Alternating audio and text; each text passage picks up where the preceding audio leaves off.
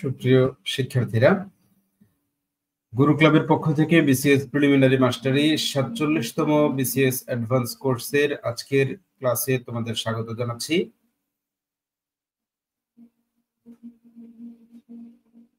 তোমরা যারা ইতিমধ্যেই যোগদান করেছো আমাদের আজকের লাইভে, তোমরা দ্রুত লাইভটি শেয়ার করো তোমাদের ওয়ালে, যাতে অন্যরাও যুক্ত হতে পারে, অথবা লাইভের যে কমেন্ট বক্স রয়েছে তোমরা সেই কমেন্ট বক্সে যাদেরকে যুক্ত করতে চাও তাদেরকে মেনশন করো, তাহলে তারা খুব দ্রুত আমাদের ক্লাসটিতে জয়েন করতে পারবে। তোমরা জানো গত ক্লাসগুলোর ধারাবাহিকতায় আমরা যেভাবে ক্লাসগুলো নিচ্ছি তাতে তোমাদের পার্টিসিপেশনের সুযোগ রয়েছে। তোমরা প্রশ্নের উত্তর দিয়ে আমার সাথে যুক্ত থাকতে পারছো এবং আমরা বেশিরভাগ বিষয়গুলোকে প্রশ্ন উত্তরের মাধ্যমে শেখার চেষ্টা করছি।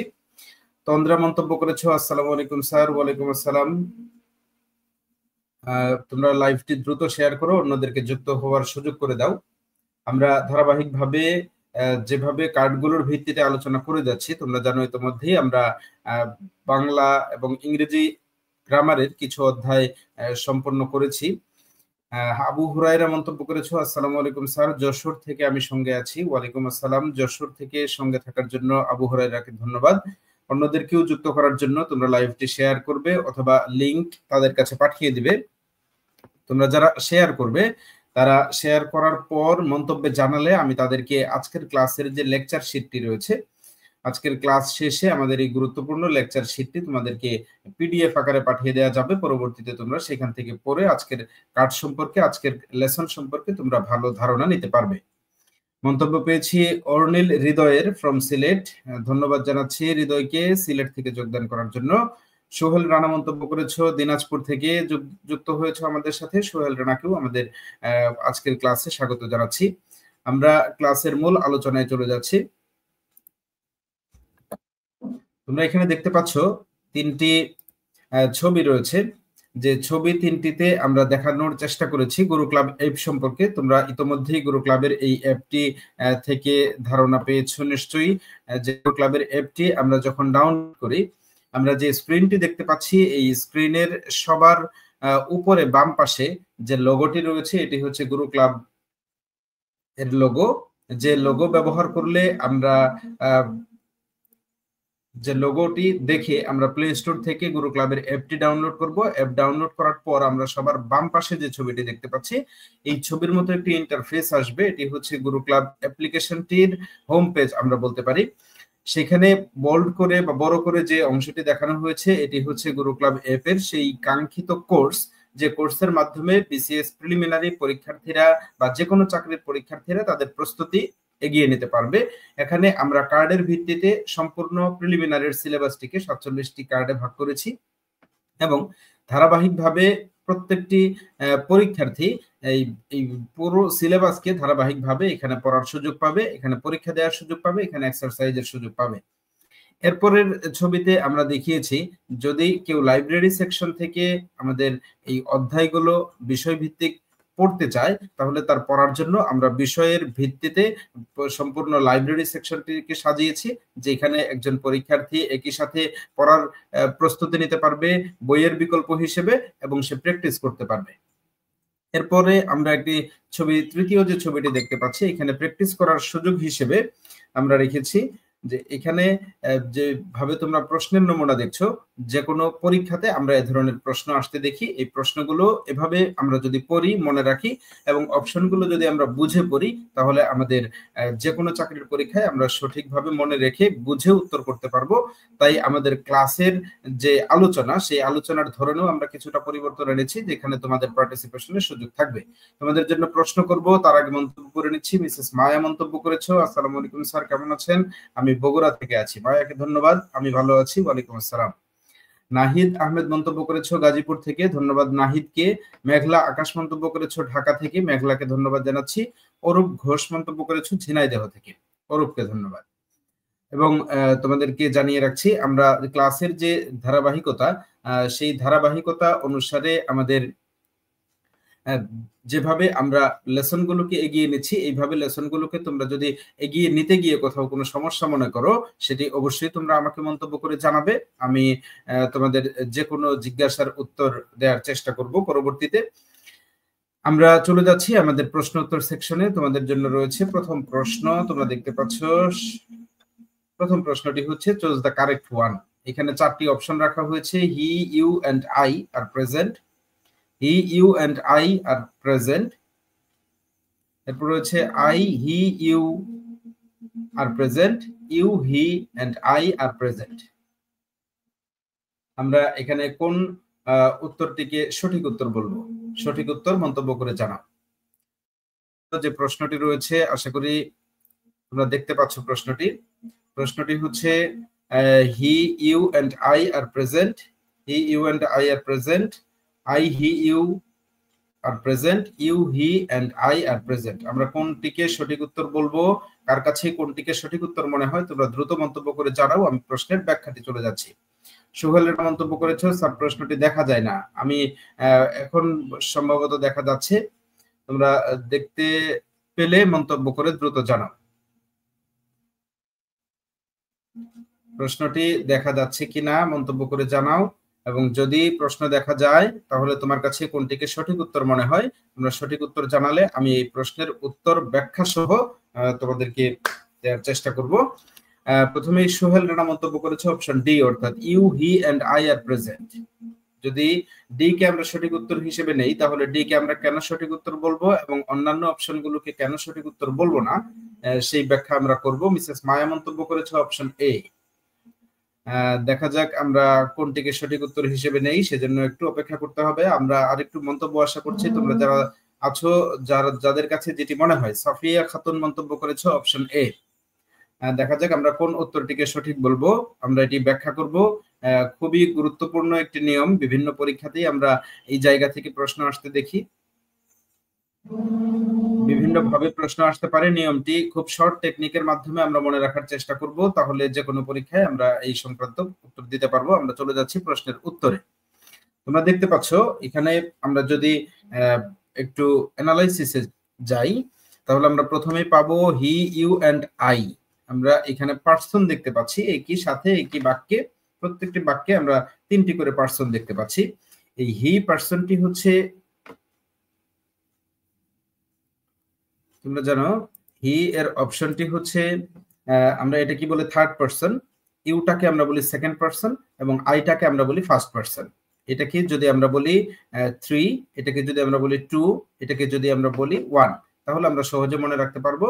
কিন্তু এই ক্ষেত্রে আমাদের জন্য সাধারণ নিয়মটি হচ্ছে 2, 3, 1। সিরিয়ালটা হবে এভাবে।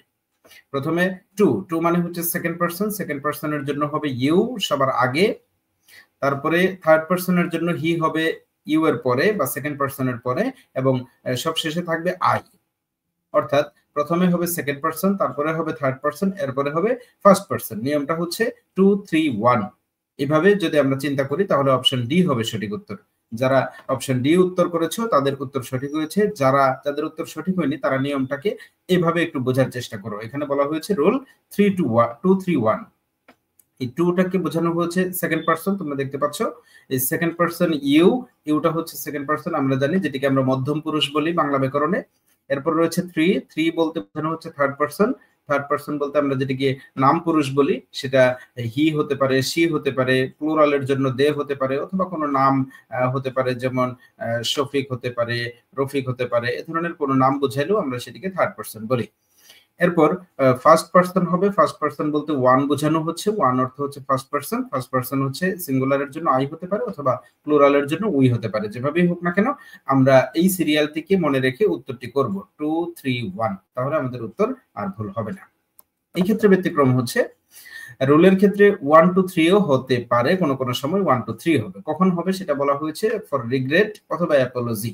যখন সেন্টেন্সের মধ্যে দেখানো হবে যে বাক্যের কর্তা কোনো কারণে তার ভুল স্বীকার করছে, বাক্যের কর্তা কোনো কারণে তার আফসোস করছে, এ ধরনের যদি আমরা বুঝতে পারি সেক্ষেত্রে আমরা আমাদের পার্সনের সিরিয়ালটা হবে প্রথমে ফার্স্ট পার্সন, তারপর সেকেন্ড পার্সন, এরপর থার্ড পার্সন। অর্থাৎ আমরা নিচের এক্সাম্পলটা যদি লক্ষ্য করি, আই হচ্ছে ফার্স্ট পার্সন, ইউ হচ্ছে সেকেন্ড পার্সন, এটাকে আমরা বলছি ফার্স্ট পার্সন, ইউটাকে আমরা বলবো সেকেন্ড পার্সন এবং শিটাকে আমরা বলবো থার্ড পার্সন। তখন সিরিয়ালটা হবে 1, 2, 3।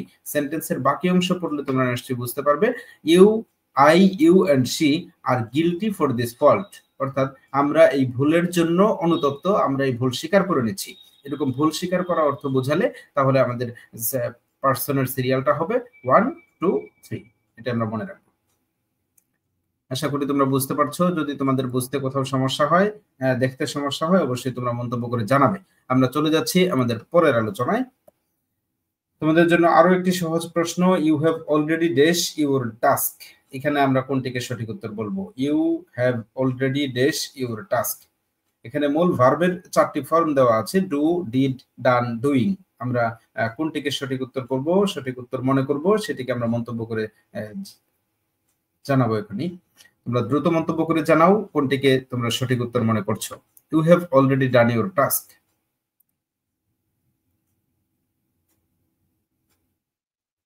তন্দ্রা মন্তব্য করেছো ডান, সি। অপশন সি মন্তব্য করেছো তন্দ্রা। অন্য যারা যুক্ত আছো তারাও তোমাদের সঠিক উত্তর কোনটি মনে হয় দ্রুত মন্তব্য করে জানাও, আমরা ব্যাখ্যা সহ এটা জানার চেষ্টা করব। অনিলা আক্তার মন্তব্য করেছো ডান, অনিলাকে ধন্যবাদ, তন্দ্রাকেও ধন্যবাদ। আরো যারা যুক্ত আছো দ্রুত মন্তব্য করে জানাও, আমরা চলে যাব প্রশ্নের উত্তর সহ ব্যাখ্যায়।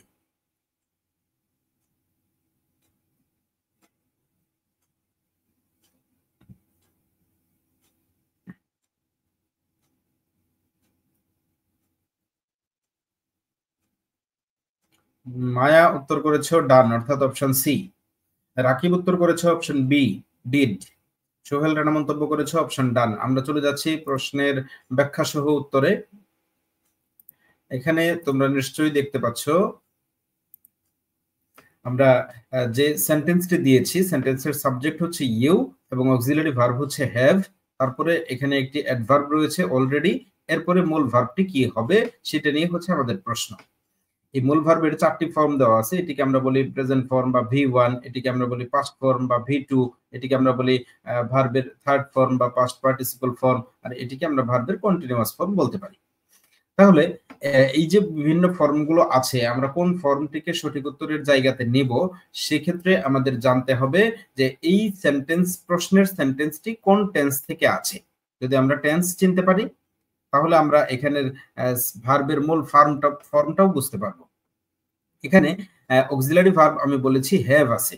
আমরা জানি হ্যাভ অক্সিলারি ভার্ব হতে পারে যে টেন্সের, সেই টেন্সটি হচ্ছে present perfect tense. Present perfect, যেটিকে আমরা টেন্সের সিরিয়ালে 3 নম্বর টেন্স বলতে পারি, বা প্রেজেন্ট টেন্সের যে প্রথম 4টি প্রকার তার মধ্যে এটিকে হচ্ছে তৃতীয় টেন্স। তৃতীয় টেন্সের যদি আমরা স্ট্রাকচারটি খেয়াল করি, স্ট্রাকচারে আমরা পাবো হচ্ছে সাবজেক্ট, সাবজেক্টের পরে পাবো হচ্ছে হ্যাভ অথবা হ্যাজ। এক একটি পার্সনের জন্য, নাম্বারের জন্য হ্যাভ অথবা হ্যাজ হবে, তারপর হবে ভার্ব 3। সুতরাং আমাদের এই ভার্ব 3টাকেই সঠিক উত্তর হিসেবে নিতে হবে। সঠিক উত্তর হবে ডান। যারা ডান উত্তর করেছে তাদের উত্তর সঠিক হয়েছে, এবং যাদের উত্তর সঠিক হয়নি তাদেরকেও পরবর্তী প্রশ্নের জন্য যুক্ত থাকতে হবে, বা এই প্রশ্ন যদি না বুঝতে পারো অবশ্যই তোমরা জানাবে। এখানে সোহেল রানাকে বলছি উত্তর হবে তোমাদের জন্য, উত্তর হবে ডান। কারণ এখানে 2টি বিষয় মনে রাখার ব্যাপার। একটি হচ্ছে আমরা অলরেডি দেখেও বুঝতে পারবো যে এখানে টেন্সটি হচ্ছে প্রেজেন্ট পারফেক্ট টেন্স।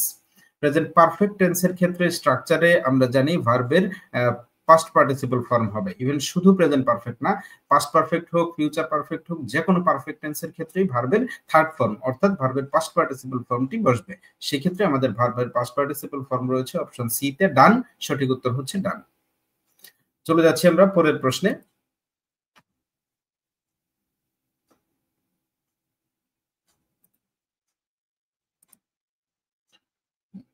আমরা এখানে একটু আলোচনার জন্য রেখেছি, আমরা সবাই জানিও বিষয়টি, যে টেন্সের প্রধান প্রকার হচ্ছে 3টি। আমরা প্রথমটি বলেছি প্রেজেন্ট, তারপরে পাস্ট, এরপরে হচ্ছে ফিউচার। এই 3টি প্রকারের টেন্স আবার এই 4 ধরনের হতে পারে, সিম্পল অথবা ইনডেফিনিট হতে পারে, কন্টিনিউয়াস হতে পারে, পারফেক্ট হতে পারে, এবং পারফেক্ট কন্টিনিউয়াস হতে পারে। সেইভাবে আমরা যদি টেন্সকে ক্লাসিফাই করি তাহলে আমরা এখানে পাচ্ছি 3টি টেন্স, এখানে রয়েছে 3টি টেন্স, এখানে 3টি, এভাবে প্রত্যেকটি 3টি, মোট হচ্ছে টোটাল 12টি টেন্স আমরা পাচ্ছি। এই 12 প্রকার টেন্স আমাদের স্ট্রাকচার সহ, অর্থ সহ আমরা যদি বোঝার চেষ্টা করি, জানার চেষ্টা করি, তাহলে টেন্স সম্পর্কে আমাদের যে কোনো প্রশ্নের সহজেই আমরা উত্তর করতে পারবো। তো তোমরা দেখতে পাচ্ছ এখানে প্রথম যে টেন্স সম্পর্কে আলোচনা করা হয়েছে এটিকে যদি আমরা T1 বলি বা প্রথম টেন্স বলি, প্রেজেন্ট সিম্পল অথবা প্রেজেন্ট ইনডেফিনিট টেন্স যে নামেই বলা হোক না কেন, এই টেন্সের স্ট্রাকচারটি আমাদের জন্য গুরুত্বপূর্ণ। প্রথমে থাকবে সাবজেক্ট, সাবজেক্টের পরে থাকবে ভার্ব 1, তারপরে থাকবে এক্সটেনশন। এখানে তোমরা দেখতে পাচ্ছ সাবজেক্ট হিসেবে শি আছে, ভার্বের 1 অর্থাৎ ওয়ান্টস আছে। আমরা জানি ভার্ব যদি থার্ড পারসন এবং সিঙ্গুলার নাম্বার হয়, মনে রাখতে হবে থার্ড পারসন এবং সিঙ্গুলার নাম্বার হয় তাহলে সেই ভার্বের শেষে এস যুক্ত হবে, তাই আমরা এখানে এস যুক্ত হতে দেখছি। শি ওয়ান্টস টু লাভ, এই যে বাক্যটি তোমরা দেখতে পাচ্ছ এই বাক্যটি হচ্ছে প্রেজেন্ট সিম্পল টেন্সের স্ট্রাকচার অনুযায়ী একটি বাক্য। উদাহরণ, এরপর তোমরা দেখতে পাচ্ছ টেন্স 2 অর্থাৎ present continuous tense. Present continuous টেন্সের স্ট্রাকচারে হবে সাবজেক্ট, সাবজেক্টের সাথে এখানে প্রেজেন্ট টেন্সের অক্সিলিয়ারি ভার্ব হবে এম অথবা ইজ অথবা আর, তারপর ভার্বের সাথে আইএনজি যুক্ত হবে, এরপর এক্সটেনশন থাকলে সেটি আসবে। এখানে সাবজেক্ট হিসেবে শি আছে এবং এখানে শি এর সাথে আমরা জানি এম ইজ আর এর হবে ইজ, তাই এখানে আমরা ইজ দিয়েছি। এরপরে ভার্বের সাথে আইএনজি যুক্ত হবে, তাই ট্রাইং আছে। এরপরে টু মাচ, এটিকে আমরা এক্সটেনশন বলছি।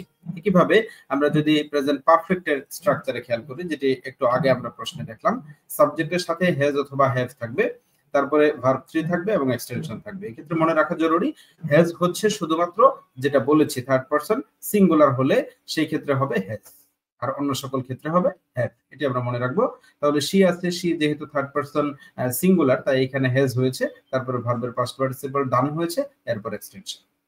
চতুর্থ যে টেন্সটি রয়েছে আমরা যদি এটির ব্যাখ্যা করি ফিউচার প্রেজেন্ট পারফেক্ট কন্টিনিউয়াস, তাহলে এখানে স্ট্রাকচারটি হবে সাবজেক্টের পরে হ্যাভ হ্যাজ তো হবেই, এর সাথে কন্টিনিউয়াস এর কারণে বিন আসবে এবং ভার্বের আইএনজি যুক্ত হবে।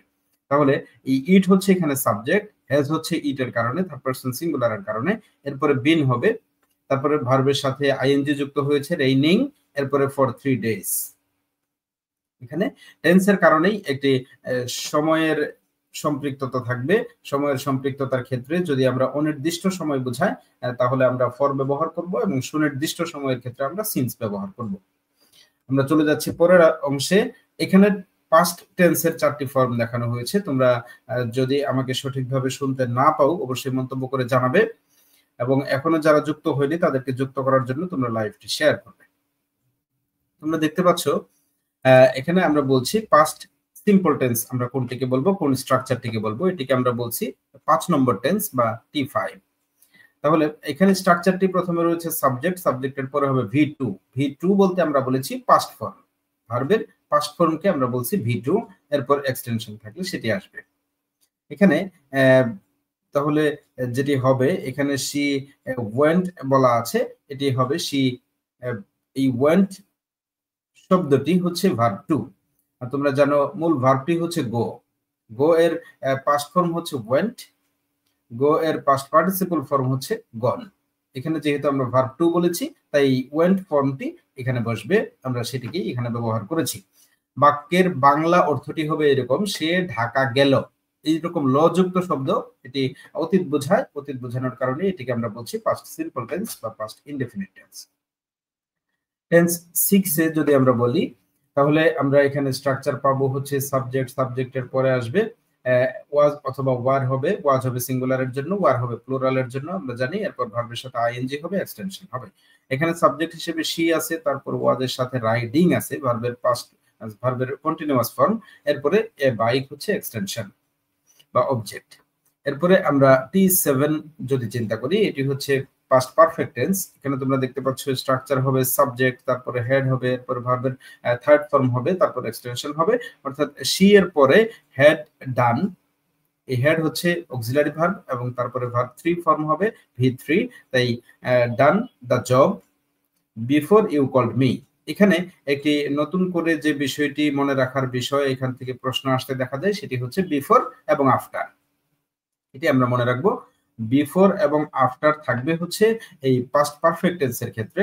সেই ক্ষেত্রে আফটার শব্দের অর্থ যেহেতু পরে তাই আফটারের পরে, আর বিফোর শব্দের অর্থ যেহেতু আগে তাই বিফোরের আগে, এই দুইটি জায়গাতে আমরা ব্যবহার করব T7, এবং আফটারের পরে যদি T7 ব্যবহার করি তাহলে আমরা আফটারের আগে ব্যবহার করব T5। একইভাবে বিফোরের আগে যেহেতু আমরা T7 ব্যবহার করছি তাই বিফোরের পরে ব্যবহার করব T5। স্ট্রাকচারটি তোমরা এক্সাম্পলটি নিশ্চয়ই খেয়াল করেছো, she had done the job. এই স্ট্রাকচারটি হচ্ছে বিফোর থাকার কারণে তার আগে পাস্ট পারফেক্ট টেন্স, এবং পরের যে অংশটি ইউ কল্ড মি, এই অংশটি হচ্ছে পাস্ট সিম্পল বা পাস্ট ইনডেফিনিট টেন্স। এভাবেই আমরা বিফোর এবং আফটারকে ব্যবহার করব। 8 নম্বর টেন্সে আমরা লক্ষ্য করলে দেখব পাস্ট পারফেক্ট কন্টিনিউয়াস টেন্স। এখানে সাবজেক্টের পরে হেড এর সাথে বিন থাকবে এবং ভার্বের সাথে আইএনজি যুক্ত হবে। তাই দে হ্যাড বিন এর পরে হেল্পিং দ্য পোর দেওয়া হয়েছে হেল্পের সাথে আইএনজি যুক্ত হওয়ার কারণে। আমরা ফিউচার টেন্স সম্পর্কে যদি কথা বলি, ফিউচার ইনডেফিনিট টেন্স তোমরা দেখতে পাচ্ছ, এটিকে আমরা বলতে পারি টেন্স 9। তাহলে এই টেন্স 9 এ আমরা যে স্ট্রাকচারটি খেয়াল করছি, সাবজেক্টের সাথে শেল বা উইল থাকবে। শেলের ব্যবহার খুব কম, উইল দিয়ে সবকিছু অর্থ বোঝানো যায়। সেই ক্ষেত্রে আমরা উইলে শুধু মনে রাখলে চলবে। সাবজেক্ট সাথে শেল বা উইল বসবে, তারপর ভার্বের প্রেজেন্ট ফর্ম বসবে এবং এক্সটেনশন থাকবে। আমরা জানি শেল উইলের আরেকটা পরিচয় হচ্ছে মোডাল অক্সিলারি, আর মোডাল অক্সিলারির সাথে সবসময় মোডাল অক্সিলারির পরে বসে ভার্ব 1। তাই এক্ষেত্রেও আমরা ভার্ব 1 টিকে মনে রাখতে পারি, প্রেজেন্ট ফর্ম বসবে। তাই দেখো সবুজ উইল গেট, এই উইলের কারণে এখানে বসবে গেট, ফিউচার ইনডেফিনিট টেন্স। এখানে সাবজেক্টের পরে শেল উইল তো থাকবেই, তার সাথে বি যুক্ত হবে এবং ভার্বের সাথে আইএনজি যুক্ত হবে, যেহেতু এটি ফিউচার কন্টিনিউয়াস টেন্স। এক্ষেত্রে আমাদের সাবজেক্ট হচ্ছে ইউ, তারপরে বসছে উইল বি, উইল বির পরে ভার্ব হচ্ছে আইএনজি গোয়িং। এরপরে আমরা এটিকে ফিউচার টেন্স 10 যদি বলি, এটি হয়ে যাবে টেন্স 11। 11 নম্বর টেন্সটিকে আমরা বলছি সাবজেক্টের সাথে শেল উইল এর সাথে হ্যাভ বসবে। হ্যাভ এর সাথে আমরা জানি পারফেক্টে সবসময় V3 বসে, পাস্ট পার্টিসিপল ফর্ম বসে। তাই শি উইল হ্যাভ, এখানে উইল এবং হ্যাভ বসবে এবং তার সাথে মূল ভার্বের থার্ড ফর্ম বাই ছিল এটির মূল ফর্ম, বাই থেকে বট এ বুক ফ্রম বুক ফেয়ার, সে বইমেলা থেকে একটি বই কিনতে থাকবে, এরকম অর্থ দেওয়ার জন্য আমরা এই টেন্সটি ব্যবহার করি। সবশেষে টেন্স 12, অর্থাৎ 12 নম্বর সর্বশেষ যে টেন্সটি রয়েছে, এটিতে আমরা সাবজেক্টের পরে শেল উইল এর পরে হ্যাভ এর সাথে আমরা বিন যুক্ত করব এবং ভার্বের শেষে আইএনজি যুক্ত করব, কারণ এখানে কন্টিনিউয়াস আছে। তোমরা যেখানেই লক্ষ্য করবে যে কন্টিনিউয়াস আছে, সেখানেই ভার্বের আইএনজি যুক্ত হবে, এটা সব ক্ষেত্রেই সত্যি। তাই এখানে সাবজেক্ট হচ্ছে দে, দের পরে উইল থাকবে, উইলের সাথে হ্যাভ হবে এবং বিন হবে, কন্টিনিউয়াস এর কারণে হেল্পের সাথে আইএনজি যুক্ত হবে, হেল্পিং দ্য অরফান। আশা করি বুঝতে পেরেছো। যদি প্রশ্ন থাকে অবশ্যই তোমরা মন্তব্য করে জানাবে। তাহলে এতক্ষণ ধরে আমরা যে আলোচনা করলাম, এই আলোচনার মধ্যে আমরা টেন্সকে 12টি ভাগে ভাগ করলাম। প্রেজেন্টের 4টি, পাস্টের 4টি এবং ফিউচারের 4টি। এই মোট 12টি টেন্সের যে 12টি স্ট্রাকচার দেখানো হয়েছে, তোমরা এই স্ট্রাকচার গুলো ভালো করে বুঝবে এবং এক্সাম্পলটি মনে রাখার চেষ্টা করবে। যদি তুমি স্ট্রাকচারটি বুঝতে পারো, তাহলে ওই প্রশ্ন ওই অংশ থেকে আমরা কয়েক জায়গাতে প্রশ্ন আসতে দেখি। আমরা এখান থেকে সেন্টেন্স কারেকশনের প্রশ্ন আসতে পারে রাইট ফর্ম অফ ভার্বের প্রশ্ন হতে পারে, সাবজেক্ট ভার্ব এগ্রিমেন্টের প্রশ্ন। মোটামুটি টেন্সের সাথে আমাদের এই চ্যাপ্টারগুলোর সম্পৃক্ততা আছে, ভার্বের ব্যবহারের প্রশ্ন আসে। এই জায়গাগুলো যদি আমরা ভালো করে বুঝি, ক্লিয়ার থাকি, তাহলে আমরা অনেক প্রশ্নই উত্তর করতে পারবো, আমাদের নির্ভুলভাবে আমরা প্রশ্ন মোকাবেলা করতে পারবো। তোমাদের জন্য চলে যাব পরবর্তী প্রশ্নের পর্বে। তোমাদের জন্য রয়েছে পরের প্রশ্ন, we dash to prepare ourselves now. We dash to prepare ourselves now. আমরা এই প্রশ্নের সঠিক অপশন কোনটিকে মনে করছি দ্রুত মন্তব্য করে জানাও। যারা যুক্ত আছো তোমরা দ্রুত মন্তব্য করে জানাবে কোনটিকে সঠিক উত্তর মনে করছো। We try to prepare ourselves now, we trying, we are trying, we have been trying, কোনটিকে আমরা সঠিক উত্তর বলবো? তোমরা মন্তব্য করেছো আর ট্রাইং, এবং তোমার অপেক্ষায় আমি মন্তব্য করেছো অপশন সি আর ট্রাইং। তোমাদের মন্তব্যের জন্য ধন্যবাদ। এক্ষেত্রে সঠিক উত্তর হবে অপশন সি আর ট্রাইং। কেন হবে? কারণ এটি আমাদের শর্টকাটে যদি আমরা বুঝতে যাই, তাহলে এই শব্দটি হচ্ছে আমাদের ধরিয়ে দিবে যে এই সেন্টেন্সটি কোন টেন্স থেকে এসেছে। এটি এসেছে মূলত প্রেজেন্ট কন্টিনিউয়াস টেন্স থেকে, যেটাকে আমরা একটু আগে টেন্স 2 বলে এসেছি। তোমরা যদি লক্ষ্য করো, এই জায়গাতে আমরা দেখেছিলাম এই টেন্স 2 তে যে স্ট্রাকচারটি রয়েছে সাবজেক্টের পরে এম ইজ আর, তারপরে ভার্বের সাথে আইএনজি। তাহলে এখানে সাবজেক্ট হচ্ছে উই এর সাথে আমরা জানি আর বসে, তাই এটি হবে আর, এবং ভার্বের সাথে আইএনজি করলে এটি হয়ে যাবে ট্রাইং। সুতরাং সঠিক উত্তর হচ্ছে option C, we are trying to prepare ourselves now. আমরা এখন চেষ্টা করছি আমাদেরকে প্রস্তুত করতে। তোমাদের জন্য এবারের প্রশ্ন, I dash from fever since Wednesday. I dash from fever since Wednesday. এই প্রশ্নের উত্তর সঠিক কোনটি মনে করছো দ্রুত মন্তব্য করে জানাও। জবা আগের প্রশ্নের উত্তর বলেছিলে আর্ট ড্রয়িং, উত্তর সঠিক হয়েছে। এবারের প্রশ্নটি লক্ষ্য করো এবং সঠিক উত্তর তোমরা দ্রুত মন্তব্য করে জানাও। তন্দ্রা মন্তব্য করেছো option D, I had been suffering from fever since Wednesday. তোমাদের আরো যারা যুক্ত আছো তারাও মন্তব্য করে জানাও। অনিলা আক্তার মন্তব্য করেছো হ্যাভ বিন সাফারিং। তোমরা নিশ্চয়ই বুঝেই উত্তর করছো, এবং যারা বুঝতে পারছো না, উত্তর করতে কনফিউশন হচ্ছে, তারাও তোমাদের অনুমানে উত্তর করবে। ভুল উত্তর হলেও এখানে কোনো সমস্যা নেই, আমরা শিখছি। কাজেই আমি যখন ব্যাখ্যা করব তখন মনোযোগ দিয়ে তোমরা বুঝতে পারলেই হবে। সাফিয়া খাতুন মন্তব্য করেছো হ্যাভ বিন সাফারিং। এটি তুলনামূলক সহজ প্রশ্ন, আমরা অনেকেই সঠিক উত্তর করেছি। এক্ষেত্রে আমাদের এই স্ট্রাকচারটি, এই সেন্টেন্সটি হচ্ছে টেন্স 4 এর এক্সাম্পল। আমরা যেটি একটু আগে যে যখন আমরা টেন্সের গুলো দেখছিলাম, এখানে তোমরা দেখতে পাচ্ছ টেন্স 4 এর যে স্ট্রাকচারের শুরুতে আছে সাবজেক্ট, এরপরে হ্যাভ অথবা হ্যাজ বসবে, তারপরে বিন, এরপরে ভার্বের সাথে আইএনজি এক্সটেনশন। তাহলে এখানে যদি আমরা চিন্তা করি যে আইটা যদি এখানে সাবজেক্ট, তাহলে আই এর পরে হবে হ্যাভ, তার সাথে বিন বসবে, মূল ভার্বের সাথে আইএনজি বসবে, তারপরে যেগুলো দেখতে পাচ্ছ এগুলো হচ্ছে এক্সটেনশন। এই ক্ষেত্রে সিন্স বসেছে, সিন্স বসার কারণ সিন্স বসে নির্দিষ্ট কোনো দিনের আগে। এই ওয়েডনেসডে বলতে বুধবার বোঝানো হচ্ছে, বুধবার হচ্ছে সপ্তাহের একটি নির্দিষ্ট দিন। এই নির্দিষ্ট দিন বোঝানোর কারণে এখানে সিন্স বসেছে। এটি হচ্ছে সাধারণত আমরা দেখি প্রেজেন্ট পারফেক্ট কন্টিনিউয়াস টেন্সের ক্ষেত্রে এই সিন্স এবং ফর এর ব্যবহার আমরা লক্ষ্য করি। মনে রাখবে সিন্স হচ্ছে নির্দিষ্টের জন্য এবং ফর হচ্ছে অনির্দিষ্টের জন্য। তাহলে আমরা বুঝতে পারলাম এই প্রশ্নের সঠিক উত্তর। এবারে তোমাদের জন্য প্রশ্ন, the patient dash before the doctor came.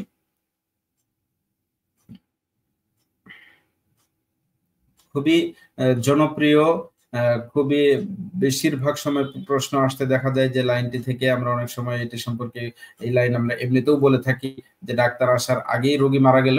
আজকের এক্সাম্পলটি একটু বিপরীত, রোগী মারা যায়নি, রোগী আজকে সুস্থ হয়েছে।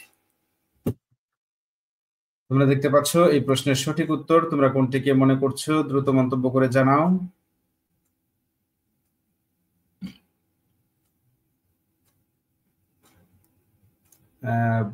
মুরাদ শেখ মন্তব্য করেছো option D, had become cured. New business king মন্তব্য করেছো option D, had become cured. Nazmul Hasan Khan Naim মন্তব্য করেছো হ্যাড ডাইড। না, ডাইড আমাদের অপশনে নাই, ডাইড বলা যাবে না, এখানে যেটি আছে সেই হিসেবেই উত্তর করতে হবে। মন্তব্য করেছো সুজন আহমেদ অপশন ডি, তোমার অপেক্ষায় আমি মন্তব্য করেছো অপশন ডি। মুরাদ শেখ মন্তব্য করেছো অপশন ডি, হ্যাড বিকাম কিওরড। ধন্যবাদ নাজমুলকে সংশোধন করে মন্তব্য আবার করার জন্য। অনিলা আক্তার মন্তব্য করেছো বিকেম কিওরড, তোমার হিসেবে উত্তর হচ্ছে অপশন বি। আমরা দেখা যাক কোনটাকে সঠিক উত্তর বলি। রিশা মন্তব্য করেছো অপশন ডি। রিশাকে ধন্যবাদ মন্তব্য করার জন্য, আমাদের সাথে যুক্ত থাকার জন্য। তানমিন হোসেন তন্দ্রা মন্তব্য করেছে অপশন ডি। রাকিবুল ইসলাম মন্তব্য করেছে অপশন সি, হ্যাজ বিকাম। দেখা যাক আমরা কোনটিকে সঠিক উত্তর হিসেবে নেই। মিসেস মায়া মন্তব্য করেছে অপশন ডি। মেঘলা আকাশ অপশন সি। বর্ণ মন্তব্য করেছে had become cured. Safia Khatun option D অর্থাৎ হ্যাড বিকাম কিওরড। আমরা সঠিক উত্তরে চলে যাচ্ছি ব্যাখ্যা সহ, মনোযোগ দিয়ে খেয়াল করো। এই টেন্সটি হচ্ছে আমরা যদি বলি তাহলে এটিকে আমরা বলবো টেন্স 7। টেন্স 7 অর্থাৎ হচ্ছে পাস্ট পারফেক্ট যে টেন্সটি রয়েছে। এই পাস্ট পারফেক্ট টেন্সের ক্ষেত্রে আমরা যদি স্ট্রাকচারটা লক্ষ্য করি তাহলে হবে সাবজেক্ট, সাবজেক্টের পরে আমরা জানি হেড হবে, হেডের পরে অবশ্যই পারফেক্টের কারণে ভার্বের থার্ড ফর্ম অর্থাৎ পাস্ট পার্টিসিপল ফর্ম বসবে এবং এরপরে এক্সটেনশন যদি থাকে সেগুলো আসবে। সুতরাং দ্য পেশেন্ট হচ্ছে এখানে সাবজেক্ট। এই সাবজেক্ট দ্য পেশেন্ট হওয়ার কারণে এবং যেহেতু বিফোর আছে, আমরা জানি বিফোর থাকলে বিফোর এর আগে হবে টেন্স 7 অর্থাৎ পাস্ট পার্টিসিপল এবং বিফোর এর পরে হবে পাস্ট ইনডেফিনিট। তাই এখানে যেহেতু বিফোর আছে, বিফোরের আগের অংশটি হবে টেন্স 7 অর্থাৎ পাস্ট পারফেক্ট টেন্স। তাই আমাদের পাস্ট পারফেক্ট টেন্সের যে স্ট্রাকচারটি আমরা এখানে দেখতে পাচ্ছি, এই স্ট্রাকচারটিকে অনুসরণ করে আমাদের সেন্টেন্সের অপশন খুঁজতে হবে। সুতরাং দ্য পেশেন্টের পরে আমাদের খুঁজতে হবে কোথায় হেড আছে। হেড আছে এরকম অপশন একমাত্র ডি, আর কোনো অপশনে হেড নাই, সুতরাং আমাদের অন্য তিনটি অপশন সঠিক বলা যাবে না। আশা করি বুঝতে পারছো। এই জন্যই হেড হবে, এবং হেডের পরে ভার্বের পাস্ট পার্টিসিপল ফর্ম হবে। আমরা জানি বিকামের পাস্ট ফর্ম হচ্ছে বিকেম, যেটি আমরা এখানে দেখিয়েছি, কিন্তু এখানে আমাদের ভার্ব টু নেয়ার কথা না, তাই এটি আমাদের সঠিক উত্তর হবে না। আমাদের নেয়ার কথা ভার্ব থ্রি। ভার্ব থ্রি হচ্ছে বিকাম, বিকেম, বিকাম। সুতরাং এটি হচ্ছে সঠিক উত্তর, অপশন ডি।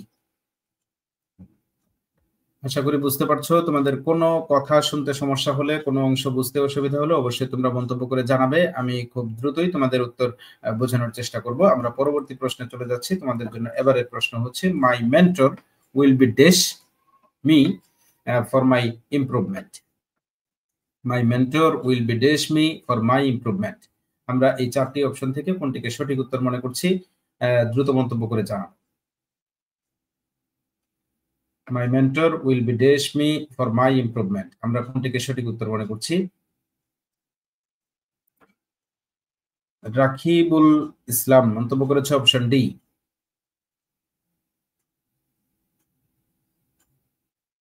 অ্যাডভাইসড বলেছে সঠিক উত্তর। তোমার অপেক্ষায় আমি মন্তব্য করেছে অপশন সি। দেখা যাক আমরা কোনটিকে সঠিক উত্তর বলি।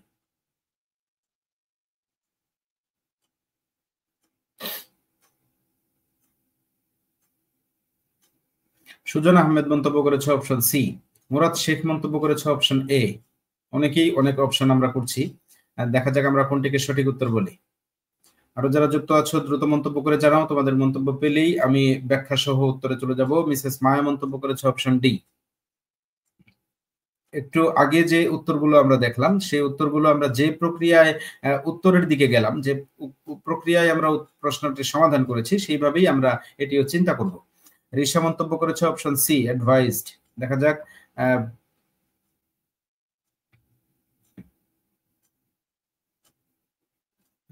সুহেল রানা মন্তব্য করেছে অ্যাডভাইসড। আমরা সঠিক উত্তরে চলে যাচ্ছি ব্যাখ্যা সহ। আমাদের সঠিক উত্তরটি কি হবে?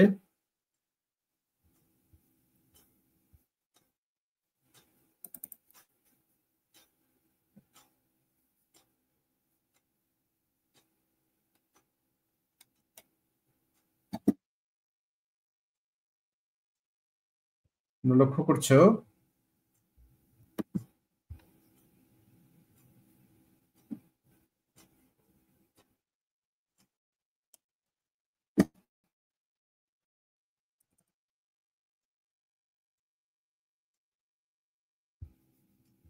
এখানে মাই mentor will be dash for me.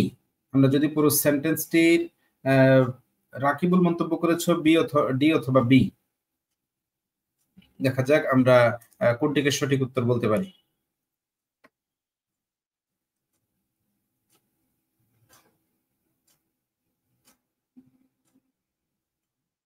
এক্ষেত্রে আমরা যদি চিন্তা করি, মাই মেন্টর এটি হচ্ছে সাবজেক্ট, এরপরে উইল বি বা অক্সিলারি ভার্ব হচ্ছে উইল বি। আমরা যদি চিন্তা করি উইল বি কোন টেন্সে ব্যবহার করা হয়, সেক্ষেত্রে আমরা এটাকে বলবো অবশ্যই future continuous tense.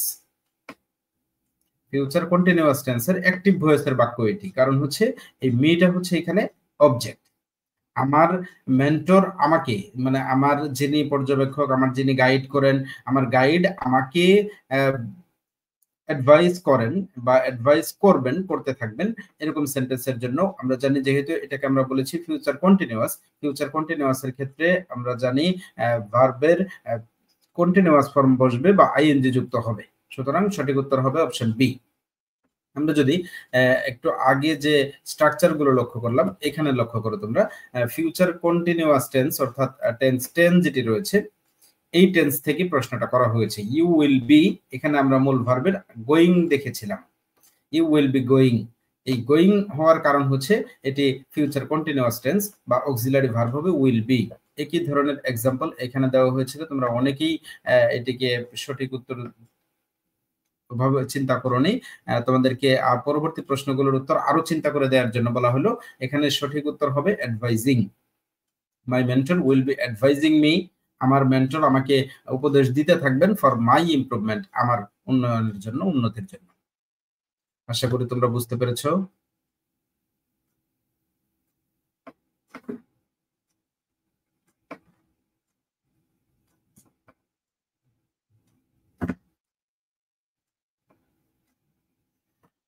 Abdur Razzak Raj মন্তব্য করেছে option B, Safia Khatun option B, সঠিক উত্তর হচ্ছে অপশন বি। ধন্যবাদ তোমাদেরকে মন্তব্যের জন্য।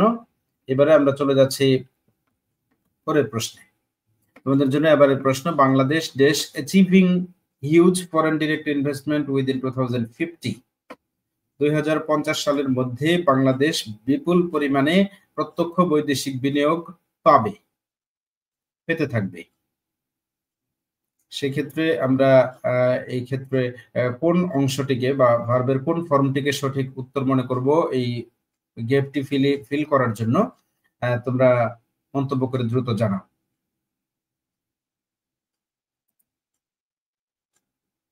বাংলাদেশ দেশ achieving huge foreign direct investment within 2050।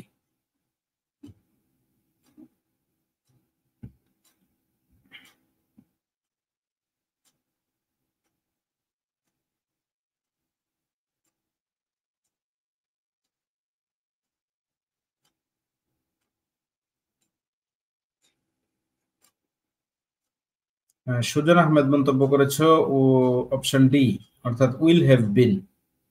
বর্ণ মন্তব্য করেছো will has been. Tasnim Mahjabin Sauda মন্তব্য করেছো অপশন ডি। এরপর তন্দ্রা মন্তব্য করেছো অপশন ডি। জবা মন্তব্য করেছো সি। মুরাদ শেখ মন্তব্য করেছো সি। তোমার অপেক্ষায় আমি সি। দেখা যাক আমরা কোন উত্তরটিকে সঠিক বলি।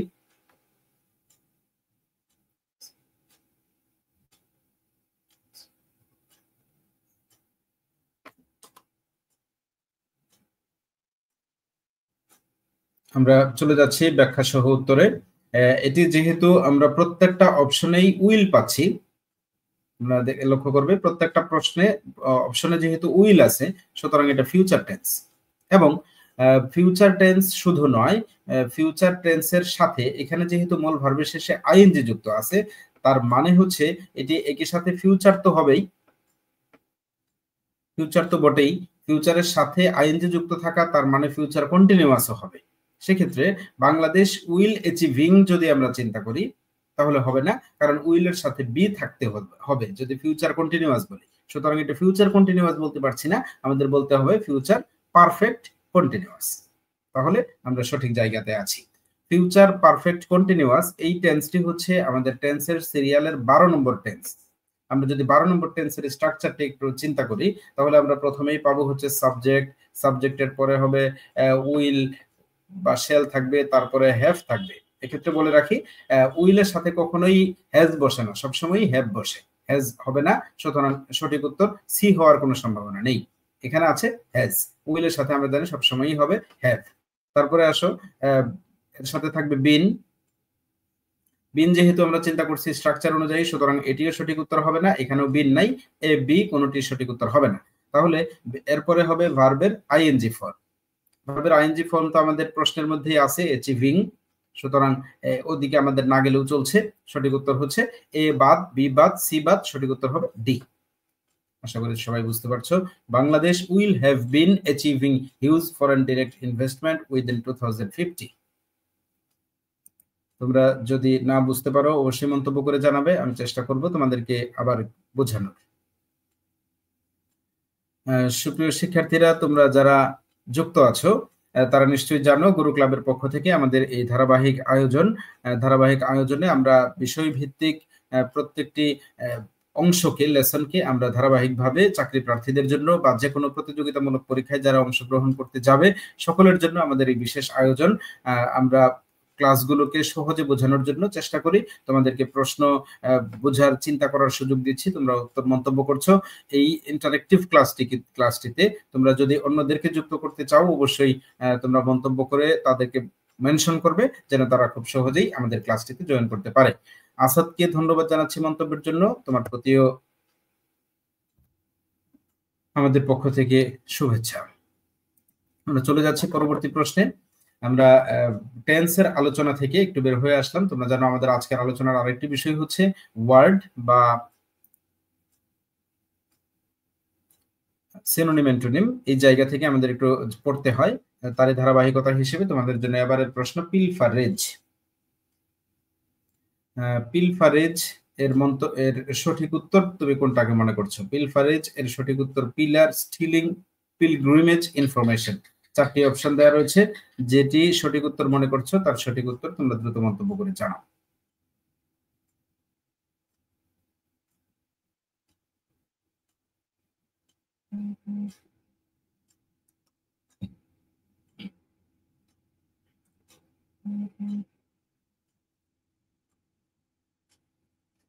যারা ইতিমধ্যেই সাউদা মন্তব্য করেছো, আফিয়া ফারজানা অপুকে মেনশন করেছো এবং সোহেল রানা সোহরাফ ইসলামকে মেনশন করেছো। তোমাদেরকে ধন্যবাদ অন্যদেরকে আমাদের ক্লাসে আহ্বান করার জন্য। এবং যারা যুক্ত হয়েছে তারা দ্রুত এই প্রশ্নের উত্তর যেটিকে সঠিক মনে করছো এখনই মন্তব্য করে জানাও, আমি ব্যাখ্যা সহ উত্তরে চলে যাব। সেলিম হাসান উত্তরে বলেছো পিলফারেজের অর্থ হচ্ছে অপশন ডি, অর্থাৎ ইনফরমেশন। দেখা যাক আমরা কোনটিকে সঠিক উত্তর বলি এবং অন্যগুলোকে কেন সঠিক উত্তর বলবো না সেই ব্যাখ্যায় যাব।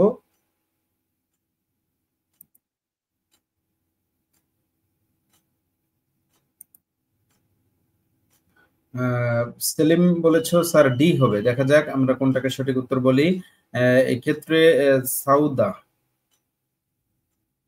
তন্দ্রা মন্তব্য করেছে অপশন বি, স্টিলিং। তোমার অপেক্ষায় আমি মন্তব্য করেছে অপশন বি। সোহেল রানা মন্তব্য করেছে বি, স্টিলিং। সঠিক উত্তর হচ্ছে অপশন বি, স্টিলিং। স্টিলিং অর্থ হচ্ছে চুরি, আমরা জানি স্টিল অর্থ হচ্ছে চুরি করা। আর এই পিলফারেজ শব্দের অর্থ হচ্ছে সিচকে চোর, আমরা যেটিকে সিচকে চোর বলি, সিচকে চুরি করা। মানে ছোটখাটো কোনো বিষয় চুরি হওয়াটাকে আমরা বলি সিচকে চুরি। এই সিচকে চুরি বোঝানোর জন্য আমরা এই পিলফারেজ শব্দটি ব্যবহার করি। তাই সঠিক উত্তর হবে অপশন ডি। পিলার হবে না, কারণ পিলার শব্দের অর্থ হচ্ছে খুঁটি। এরপরে পিলগ্রিমেজ হবে না, কারণ পিলগ্রিমেজ শব্দের অর্থ হচ্ছে পুণ্য যাত্রা, বা আমরা যেটিকে হজ বলতে পারি। এই ধরনের অর্থের জন্য আমরা পিলগ্রিমেজ বলি। আর ইনফরমেশন শব্দের অর্থ হচ্ছে তথ্য। আমাদের প্রশ্নের যে সঠিক উত্তর সেটি এই স্টিলিং এর সাথে মিল রয়েছে, তাই সঠিক উত্তর হবে স্টিলিং। এরপরের প্রশ্ন, the study of birds is called ornithology, ophthalmology, aviation, anthropology.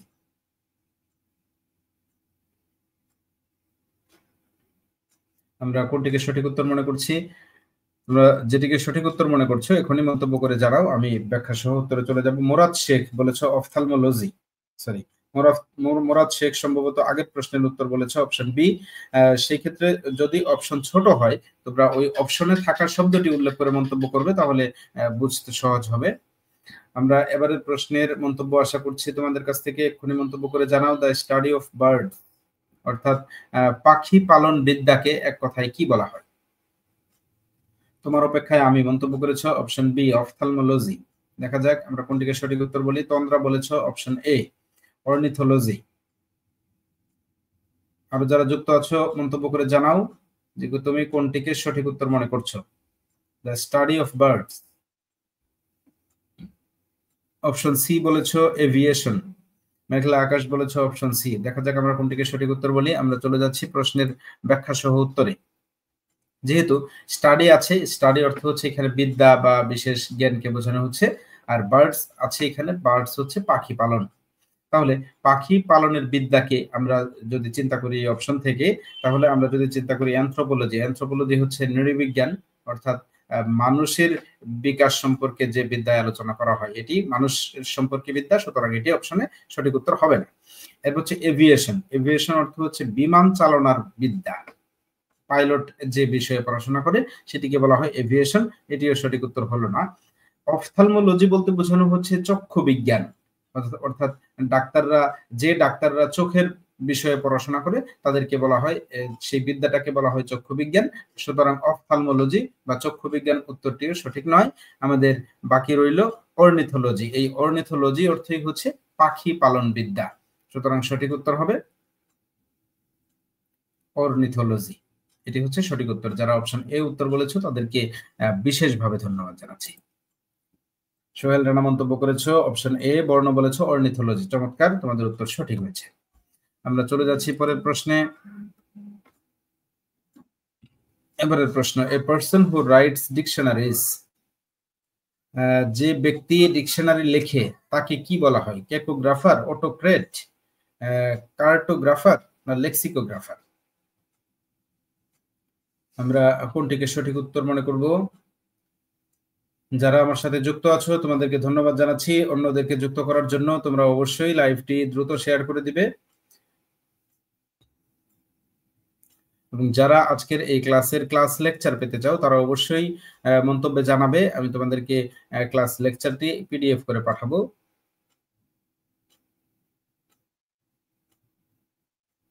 যারা যুক্ত আছো দ্রুত মন্তব্য করে জানাও এই প্রশ্নের উত্তর তুমি কোনটি সঠিক মনে করছো। A person who writes dictionaries, যে ডিকশনারি লেখে তাকে আমরা কি বলি? ক্যাকোগ্রাফার, অটোক্রেট, কার্টোগ্রাফার নাকি লেক্সিকোগ্রাফার? মেঘলা আকাশ মন্তব্য করেছো অপশন ডি, লেক্সিকোগ্রাফার। ধন্যবাদ মন্তব্যের জন্য। সেলিম হাসান মন্তব্য করেছো স্যার সি, কার্টোগ্রাফার। দেখা যাক আমরা কোনটিকে সঠিক উত্তর বলি। জান্নাতুল ফেরদৌস জবা মন্তব্য করেছো অপশন ডি, লেক্সিকোগ্রাফার। তোমার অপেক্ষায় আমি মন্তব্য করেছো অপশন এ, ক্যাকোগ্রাফার। আমরা বিভিন্ন জনের কাছ থেকে বিভিন্ন রকম মন্তব্য পাচ্ছি। আমরা সঠিক উত্তরের জন্য একটু অপেক্ষা করব। এনামুল হক, ডক্টর এনামুল হক মন্তব্য করেছে অপশন ডি, লেক্সিকোগ্রাফার।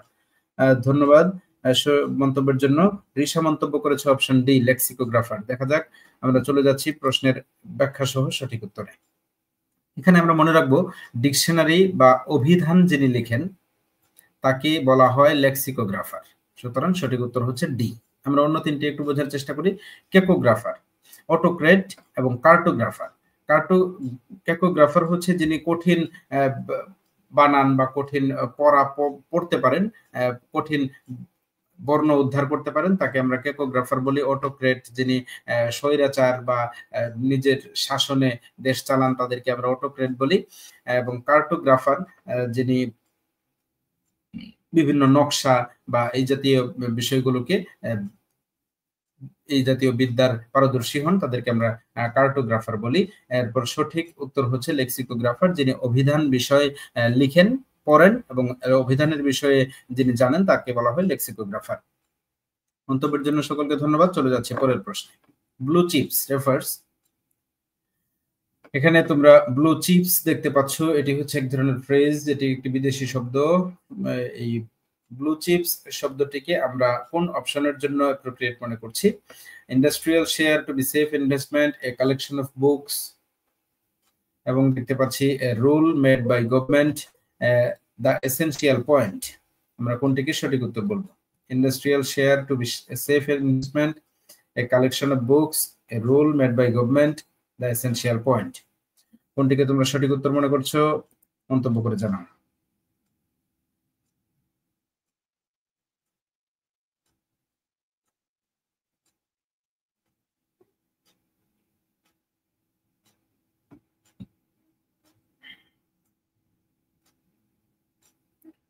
যে প্রশ্নটি দেখতে পাচ্ছ, এই প্রশ্নটি বলা হয়েছে ব্লু চিপস বলতে কি বোঝায়? Industrial share to be safe investment, অর্থাৎ নিরাপদ বিনিয়োগের জন্য ইন্ডাস্ট্রিয়াল শেয়ার বলা হয় ব্লু চিপসকে, নাকি বইয়ের সংগ্রহ এটাকে বলা হয় ব্লু চিপস, নাকি সরকার কর্তৃক নির্ধারিত কোনো আইনকে বলা হয় ব্লু চিপস, নাকি কোনো গুরুত্বপূর্ণ দাবি বা পয়েন্টকে বলা হয় blue chips?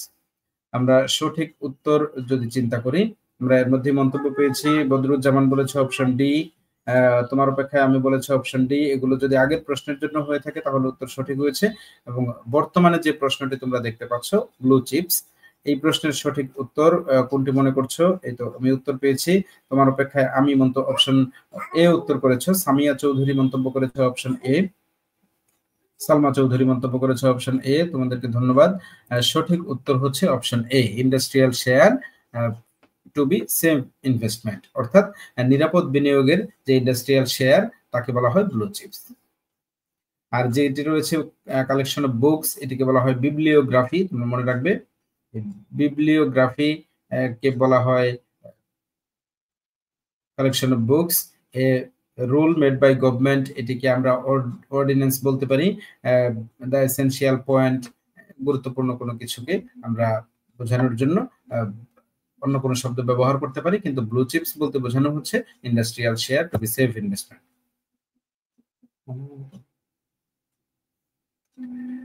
Find out the correct spelling, এখানে 4টি অপশন রয়েছে তোমাদের জন্য স্পেলিং থেকে।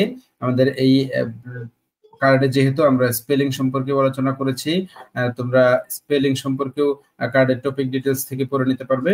তোমাদের জন্য প্রশ্ন হচ্ছে, এই তো এর মধ্যে মন্তব্য পেয়েছি, ডক্টর এনামুল হক বলেছিল অপশন এ সঠিক উত্তর, industrial share to be safe investment Sohel Rana বলেছিল, সেটিও সঠিক উত্তর ছিল। এবার যে প্রশ্নটি তোমরা দেখতে পাচ্ছ, find out the correct spelling নমফেন। নমফেন হচ্ছে আমরা জানি কম্বোডিয়ার রাজধানীর নাম নমফেন। তোমরা এক্ষেত্রে সঠিক উত্তর কোনটি মনে করছো? কারেক্ট স্পেলিং থেকে তোমাদের জন্য প্রশ্ন, কোনটিকে সঠিক উত্তর মনে হচ্ছে? নমফেন বানানের সঠিক স্পেলিং কোনটি? দ্রুত মন্তব্য করে জানাও।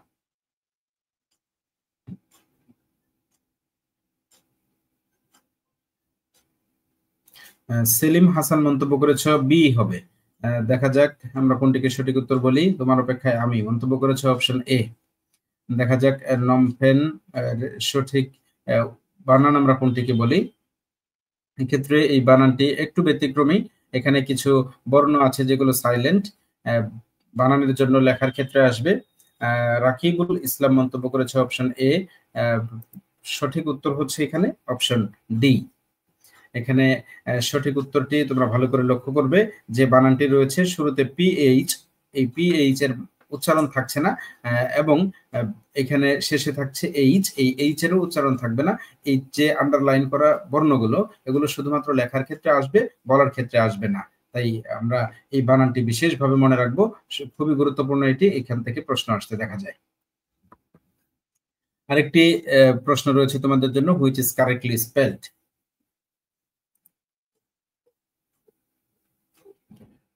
আগের প্রশ্নে সাফিয়া খাতুন মন্তব্য করেছিল অপশন ডি, সঠিক হয়েছিল। সালমা চৌধুরী অপশন এ বলেছিলেন, না, ওটা সঠিক উত্তর ছিল অপশন ডি। আব্দুল করিম রুবেল সরকারকে মন্তব্যের জন্য ধন্যবাদ, ডক্টর এনামুল হককে মন্তব্যের জন্য ধন্যবাদ। এবার যে প্রশ্নটি তোমরা দেখতে পাচ্ছ, হুইচ ইজ কারেক্টলি স্পেলড, 4টি শব্দ দেওয়া হয়েছে, এই 4টি শব্দের কোনটি সঠিক বানানে রয়েছে তোমরা এখনই মন্তব্য করে জানাও। ব্যারিয়ার, বকেট, লেফটেন্যান্ট, রেস্টুরেন্ট, এই 4টি শব্দের কোনটিকে আমরা সঠিক উত্তর বলছি, সঠিক বানান বলছি? অনেকেই মন্তব্য করেছো, সাফিয়া খাতুন মন্তব্য করেছো অপশন ডি। ইমরান, তোমার অপেক্ষায় আমি, অপশন ডি বলেছো। ইমরান বলেছো অপশন ডি। অপশন সি বলেছো, সঠিক উত্তরের জন্য অপেক্ষা করতে হবে। সোহেল রানা বলেছো লেফটেন্যান্ট। জান্নাতুল ফেরদৌস জবা মন্তব্য করেছে অপশন ডি। ইমরান মন্তব্য করেছে অপশন ডি। আমিনুল ইসলাম মামুন মন্তব্য করেছে অপশন এ। ওলি আর রহমান ওলি মন্তব্য করেছে অপশন ডি। বদরুজ্জামান মন্তব্য করেছে অপশন ডি।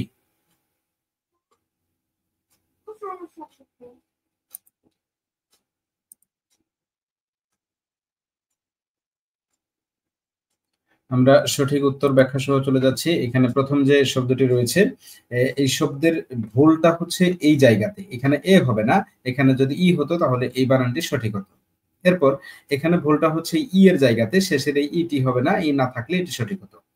এরপরের ভুলটা হচ্ছে এখানে এ, এখানে যদি ই হতো তাহলে আমরা এই বানানটিকে সঠিক বলতে পারতাম, এবং সঠিক উত্তর হচ্ছে অপশন ডি। এই বানানে কোনো ভুল নেই, এই বানানের স্পেলিং সঠিক। আশা করি তোমরা বুঝতে পেরেছো।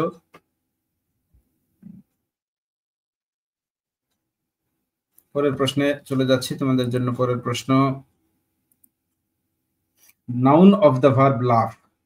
লাফ শব্দের অর্থ আমরা জানি হাসা, হাসি দেয়া। এরকম অর্থের এরকম ভার্ব বা ক্রিয়ার জন্য যদি আমরা নাউন বা বিশেষ্য চিন্তা করি, তাহলে আমরা 4টি অপশন থেকে কোনটিকে সঠিক মনে করছি দ্রুত মন্তব্য করে জানাবো। তোমরা যে 4টি অপশন দেখতে পাচ্ছ, নাউন অফ দ্য ভার্ব লাফ, লাফ শব্দের নাউন কোনটি? তোমরা যেটিকে সঠিক উত্তর মনে করছো এক্ষুনি মন্তব্য করে জানাও, আমি ব্যাখ্যা সহ উত্তর দিব। দীপা মন্তব্য করেছে অপশন বি।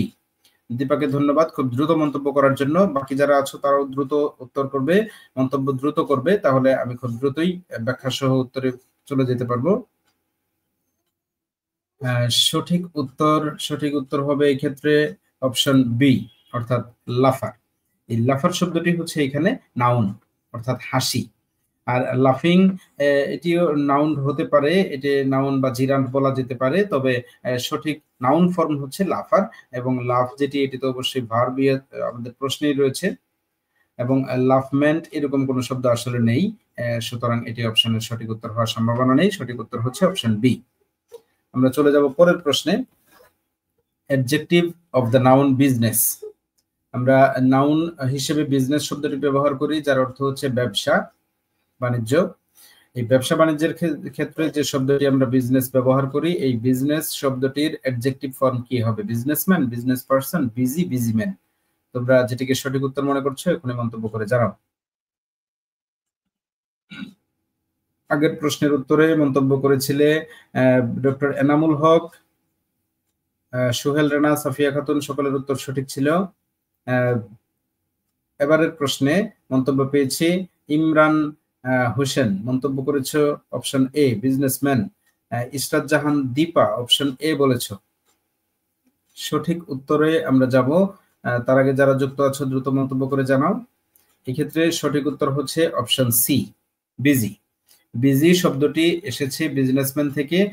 বিজি শব্দের অর্থটি আমরা একটু ব্যতিক্রমী, এটিকে আমরা ব্যস্ত অর্থে ব্যবহার করি, কিন্তু এই বিজি শব্দটির নাউন মূলত এই বিজনেস শব্দটি, অর্থাৎ নাউন ছিল বিজনেস, এই বিজনেস থেকে অ্যাডজেক্টিভ ফর্ম করলে আমরা এর যে রূপটি পাবো সেটি হবে বিজি।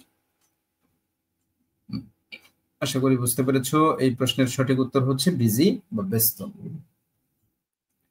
আমরা এই জায়গাগুলো থেকে যেভাবে পড়বো, আমরা পার্টস অফ স্পিচ এর 4টি ফর্ম বিশেষভাবে মনে রাখবো। একটি হচ্ছে নাউন, আরেকটি হচ্ছে অ্যাডজেক্টিভ, আরেকটি হচ্ছে ভার্ব, আরেকটি হচ্ছে অ্যাডভার্ব। একই শব্দ আমরা বেশিরভাগ সময় লক্ষ্য করব যে একই শব্দ আমরা নাউন হতে দেখব, একই শব্দ আমরা অ্যাডজেক্টিভ হতে দেখব, একই শব্দ থেকে আবার ভার্ব তৈরি হয়, একই শব্দ থেকে আবার অ্যাডভার্ব হয়। এরকম আমরা যে উদাহরণটি দিয়েছি সেই উদাহরণটি তোমরা যদি লক্ষ্য করো দেখবে এখানে রয়েছে নাউন রয়েছে। নাউন যদি প্র্যাকটিস শব্দটি নাউন, এবং সেই শব্দের যদি আমরা ভার্ব লক্ষ্য করি, ভার্বটি হবে প্র্যাকটিস, এবং অ্যাডজেক্টিভ হচ্ছে প্র্যাকটিক্যাল, এবং অ্যাডভার্ব হচ্ছে প্র্যাকটিক্যালি। এভাবে আমরা একটি শব্দ থেকে যে 4 ধরনের ফরম্যাট হচ্ছে, এই 4 ধরনের ফরম্যাট আমরা মনে রাখার চেষ্টা করব। যে বিষয়গুলোকে ছক আকারে আমরা গুরু ক্লাব অ্যাপের যে টপিক ডিটেলস রয়েছে সেখান থেকে তোমরা পড়ে নিতে পারবে। আমরা বলি টপিক ডিটেলস হচ্ছে বাজারের যে কোনো বইয়ের চাইতে এটি তোমাদেরকে উত্তম বিকল্প হিসেবে ব্যবহার করার জন্য, পড়ার জন্য, যে কোনো পরীক্ষায় প্রশ্ন মোকাবেলার জন্য কাজে লাগবে, এই আশ্বস্ত আমি তোমাদেরকে করতে পারি। তোমরা আশা করি নিজেরাও যুক্ত থাকবে, উপকৃত হবে, এবং অন্যদেরকেও উপকৃত করার চেষ্টা করবে। আমরা চলে যাচ্ছি পরের প্রশ্নে। এবারের প্রশ্নটি তোমাদের জন্য রয়েছে, প্রশ্নটি দেখার সুবিধার্থে আমি বড় করে দিচ্ছি, দেখছো নিশ্চয়ই। Which suffix can be used to make a noun of edit?